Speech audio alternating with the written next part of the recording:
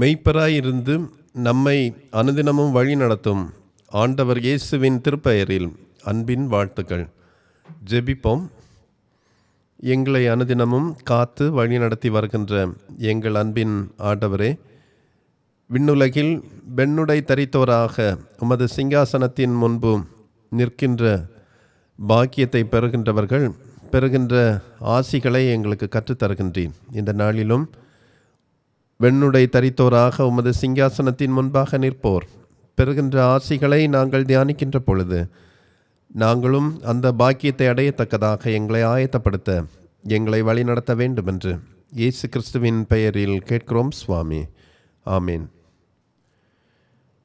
வெண்ணுடை தரித்தோராக விண்ணுலகில் இருப்போர் யார் என யோவானுக்கு பதிலளிக்கும் மூப்பர், அவர்களுக்கு ஆட்டுக்குட்டியானவரே மெய்ப்பராக இருந்து அவர்களை வழி நடத்துவார் என வெளிப்படுத்தல் 7ஆம் அதிகாரம் 17ஆம் வசனத்தில் விளக்குகின்றார்.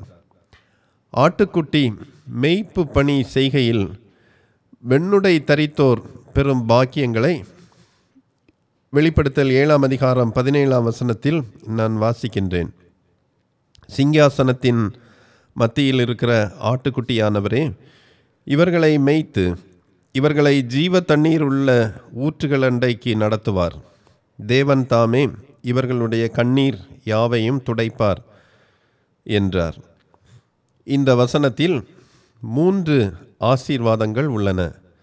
அவற்றை இன்று திருமறையின் வெளிச்சத்தில் நாம் ஆய்வு செய்ய போகின்றோம்.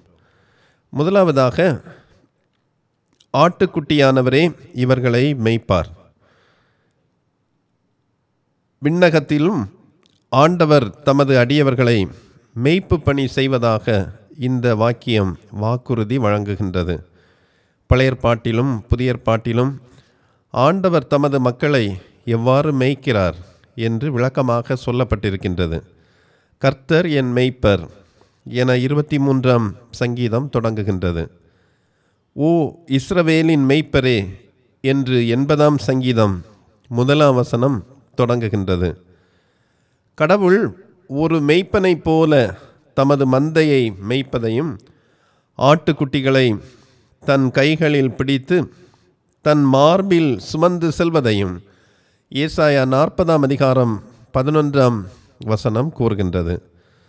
எசேக்கியேல் 34:23ஆம் வசனத்திலும் 37ஆம் அதிகாரம் 24ஆம் வசனத்திலும் தன்னுடைய மக்களை மேய்ப்பவர் என்பதையே மேசிய அரசருக்கு கொடுக்கும் மிகப்பெரிய பட்டமாக எசேக்கியேல் இறைவாக்கினர் குறிப்பிடுகின்றார். புதிய ஏற்பாட்டில் யோவான் 10ஆம் அதிகாரம் 11, 14 ஆகிய இடங்களில் நானே நல்ல மேய்ப்பன் என்று இயேசு தம்மை குறிப்பிடுகின்றார். 1 பேதுரு 2ஆம் அதிகாரம் 25ஆம் வசனத்தில் பேதுரு இயேசுவை நமது ஆன்மாக்களின் மேய்ப்பன் என்றும் பேராயர் அல்லது பிஷப் என்றும் அழைக்கின்றார்.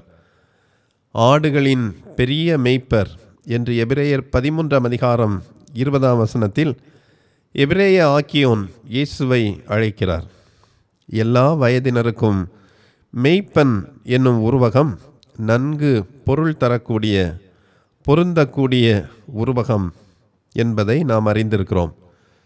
வேறு எந்த நகரங்களையும் விட பாலஸ்தீனாவில் இந்த உருவகம் மிகவும் பொருள் தரக்கூடியது என்று பார்க்லே என்கின்ற திருமறை விளக்க உரையாளர் குறிப்பிடுகின்றார். யூதேயா ஒரு குறுகிய பீடபூமி போல இருபுறமும் ஆபத்தான பகுதிகளை கொண்டிருக்கிறது என்பதை புவியியல் நிலைமையை கவனிக்கிற பொழுது நாம் அறிந்து கொள்வோம். இதனுடைய ஒரு புறம் சவக்கடலுக்கு செல்லும் பகுதி. அது கடுமையான பாறைகளையும் பள்ளத்தாக்குகளையும் கொண்டிருக்கிறது. மறுபகுதி ஷபேலா நாட்டின் காடுகளுக்குள் செல்லும் பகுதி. இங்கே வேலிகளும் சுவர்களும் இல்லை. ஆடு மேய்ப்பவர் எப்போதும் ஆடுகளை கண்காணித்து கொண்டே இருக்க வேண்டும். இந்த பகுதிகளில் ஆடு மேய்ப்பவரை பற்றி விவரிக்கும் ஆடம் ஸ்மித் என்னும் அறிஞர் பின்வருமாறு விளக்குகின்றார். கிழக்கில் மேய்ப்பன் இல்லாத மந்தையை நான் ஒருபோதும் பார்க்கவில்லை. வேலி இல்லாத பாதையில் ஆடுகள் சிதறி சென்றே மேய்ந்து கொண்டிருந்தன. காட்டு மிருகங்கள் அடிக்கடி வந்து ஆடுகளை அச்சுறுத்தின. இந்த ஆடுகளை மேய்க்கும் மேய்ப்பன் தூக்கமின்றி வானிலையால் தாக்கப்பட்டு ஆயுதம் ஏந்தி சிதறி மேய்ந்து கொண்டிருக்கும் ஆடுகளை மிகுந்த கவனத்தோடு கவனித்து கொண்டிருந்ததை நான் பார்த்தேன் என ஆதம் ஸ்மித் குறிப்பிடுகின்றார். இத்தகைய கடினமான பணியை மேய்ப்பன் செய்வதால் இஸ்ரவேலர் மேய்ப்பனாக தங்கள் அரசனையும் தங்களை காப்போரையும் பல இடங்களில் குறிப்பிட்டனர் என்பதை திருமறையிலிருந்தும் நாம் அறிந்து கொள்கின்றோம். கிறிஸ்துவும் தியாகத்தின் அடையாளமான மேய்ப்பனின் பெயரை தமக்கு குறிப்பிட்டார் என்றால் மேய்ப்பன் அல்லது மேய்ப்பு பணி என்பது அவ்வளவு சிறப்பான தியாகமான பணி என்பதை நாம் அறிந்திருக்கிறோம். இன்று அமைதி இழந்த மனிதர்கள் பலர் அமைதிக்காக சிற்றின்ப வாழ்வையும் போதை பொருட்களையும் நாடி செல்வதை நாம் அறிந்திருக்கின்றோம். ஆனால் கிறிஸ்து நம்மை மேய்க்கிறார். God is my shepherd. கர்த்தர் நம் மேய்ப்பனாக இருக்கையில் நாம் மிகப்பெரிய பாதுகாவலை பராமரிப்பை பெறுகிறோம். இந்த நற்செய்தியை உணர்ந்து அவருடைய பாதுகாப்புக்குள் வாழ ஆண்டவர் நம்மை அழைக்கிறார். வெளிப்படுத்தல் 7ஆம் அதிகாரம் 17ஆம் வசனத்தில் வரும் 2வது ஆசீர்வாதம் உயிருள்ள நீரூற்றுகள் அண்டைக்கு வழி நடத்துவார். ஆன்மீக அடையாளமாக உயிருள்ள நீரூற்றுகள் இங்கே குறிக்கப்பட்டிருக்கின்றன. அவர் என்னை அமைதியான தண்ணீருக்கு அருகில் அழைத்து செல்கின்றார் என 23ஆம் சங்கீதம் 2ஆம் வசனம் கூறுகின்றது. ஜீவ ஊற்று உம்மிடத்தில் இருக்கிறது என 36ஆம் சங்கீதம் 9ஆம் வசனம் குறிப்பிடுகிறது. பாலஸ்தீனாவில் கிணறுகள் குறைவாகவே இருந்தன.